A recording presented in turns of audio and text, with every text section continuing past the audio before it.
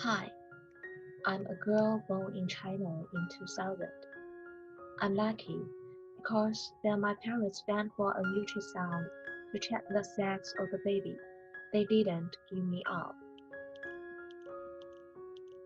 At least in some rural China back then, the first child needed to be a boy. Before I was born, my parents had already prepared a lot of stuff for their daughter, and all those stuff are all pink. Then I received a lot of teddy bears, Barbie dolls. I enjoyed playing with them. Why I did not play with toy cars, transformers, I don't know. Those adults told me that I like teddy bears. I was always an obedient child, helping my mother wash clothes, mopping the floor, cooking, or ironing clothes. And I do not do dangerous things like climbing trees or fence, skateboarding, and I never contradict my parents. I was happy because people all praised me as a good girl. Until now, most of the housework was done by my mother and me. My father and my younger brother only had to wait for dinner. Strangely, I didn't feel impatient either. Perhaps because I was playing the same role as my mother, aunts, and my grandma. When I got to the school grade, my parents and my grandparents had an argue because my parents wanted to send me to start in the city, but my grandparents said girls could stay in the village and save money for my younger brother. Luckily, my parents did not follow. When I was in primary school, I boarded at my teacher's home. The happiest time is after school, tripping and playing with my peers. But the teachers sometimes scold me, "Don't act like a naughty boy." That's when I realized, oh, I did something wrong. When I was in high school, the happiest time playing with friends without barriers had gone, because the school's rules said boys and girls are not allowed to have intimate intercourse. What does exactly mean? It means if a girl and a boy go together, probably the head teacher will talk to them. This is not appropriate. We do not dare to argue and to be the others. Therefore, girls automatically separate from boys. I do not know when seeing a boy and a girl walking alone, or a girl appearing in a group of boys, becomes a main topic of our gossiping. In China, high school students need to choose arts or science subjects to take the Gaokao, the university chance exam. I firmly chose science subjects, though my parents and teachers all advised me that science subjects are more suitable for boys. I did not listen, because I truly gained the highest score in physics, and I also wanted to prove girls also could. Then I came to a science class, which consisted of 40 boys and 10 girls. What the result? I failed to prove to them. Then the content became more difficult. I couldn't keep up. Then the teacher finished explaining the topic, and the most boys understood very quickly. I began to doubt whether boys' thinking in science was truly better than girls. Test results made it hard for me not to believe this suspicion. In the end, math, physics, chemistry, and the computer science became my most hated subjects. In this course, I won't try the hardest question at the end, because I think is impossible for me. Lu Sang Gei Sang. I did an excellent job in Chinese and English courses, which people that are more suitable for girls. Then I became a college student majoring in English, which has 3 boys and dozens of girls in our session. Time flies. Now it's time for me to apply for graduate school.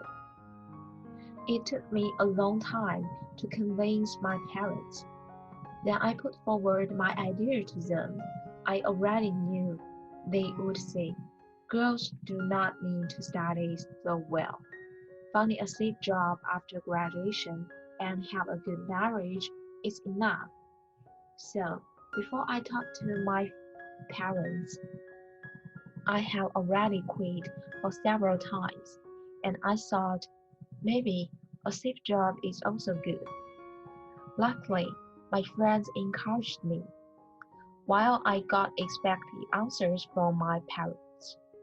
Finally, we reached an agreement that if I could apply to a not bad graduate school, they could allow me to further study.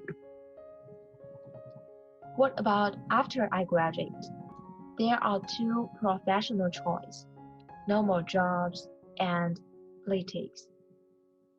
The other choice is the family. As a millionaire, the highest possibility for me is to get a job first. Let's imagine that possibility is 60% first.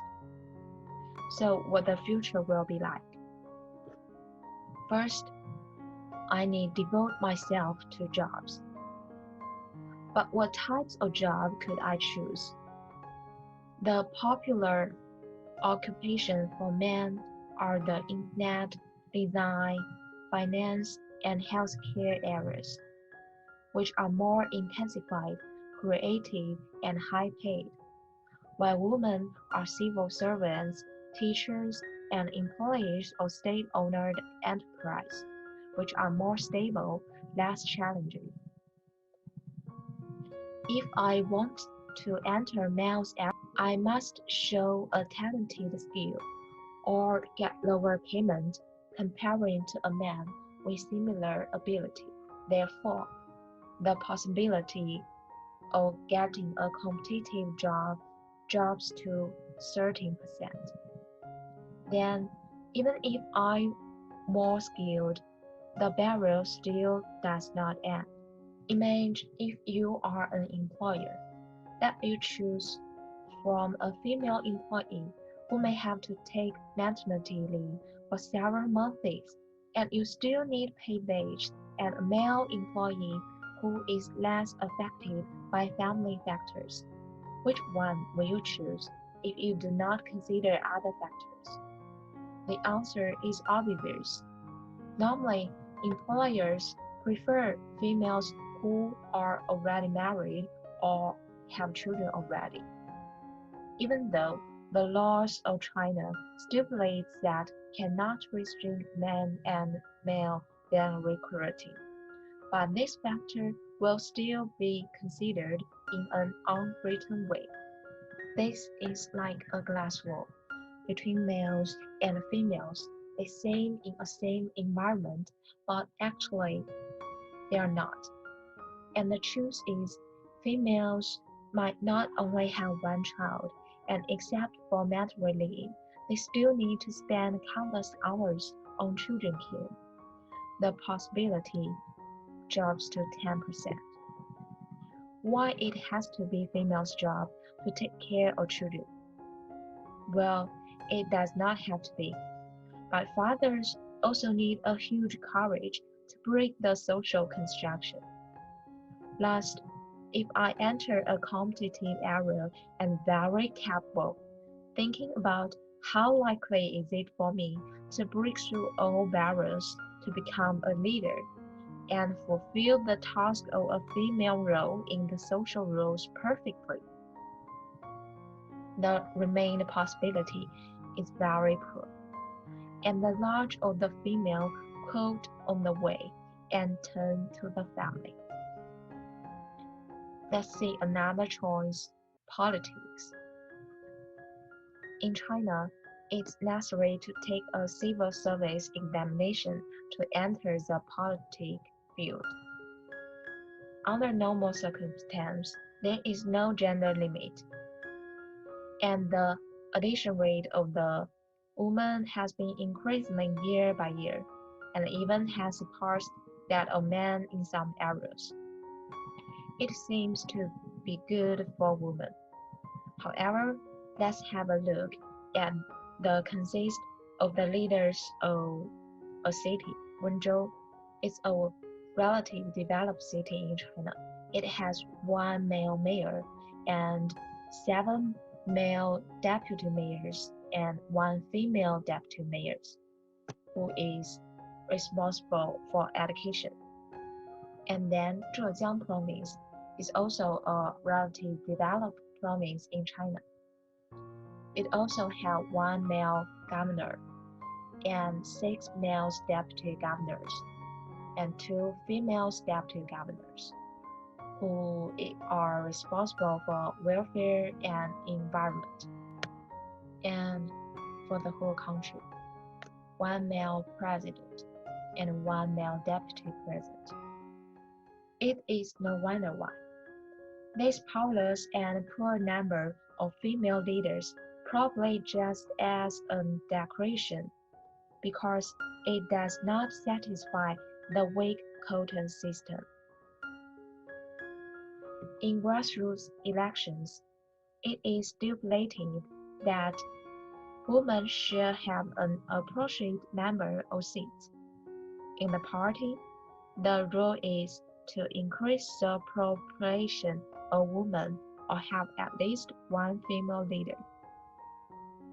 In the legislature, the rule is having more females than the private. From these rules, we could see, although there are quota systems in China, but they are quite weak. And even with these systems, many females have quit and thought the higher position is not their business or think they are not qualified. What if I'm not in China? Will things become easier? Well, it's hard to say. Imagine I'm a citizen of a democracy and multi-party country. There are more choice except passing the examination. I could become a well-funded businesswoman, influential women's movement organizers, or organization's leader. But either of them is an easy job. Or I could also directly enter politics to either get promotion and attention. I probably would choose education, health, which I could show my talents. Then I need to be a member of a party.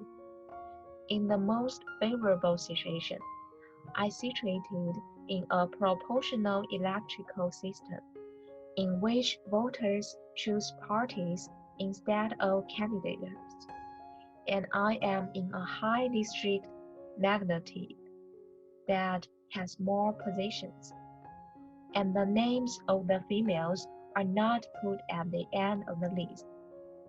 Then, what other constrictions? I need definitely courage.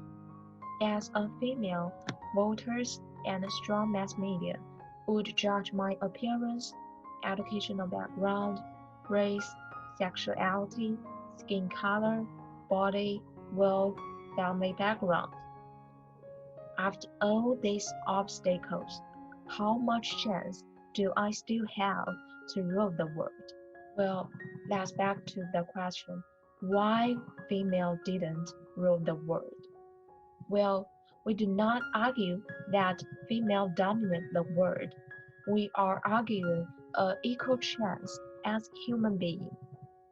However, there are so many obstacles we have to overcome. So, why women should enter the politics?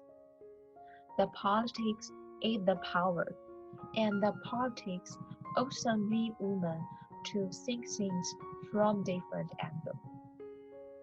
Luckily, not all things are disappointing. We have already seen more and more women held positions in politics and enter the central part. More and more women movements and international organizations fight for females' rights, and the social construction is changing. However, a tortuous cross and imbalance sometimes makes even retreat.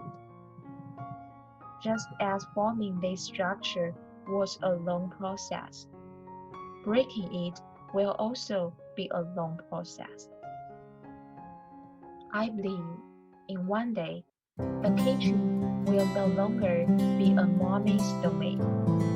Naughtiness will no longer be a boy's attribute, and science classes will no longer be all male. At that time, females could also rule the world with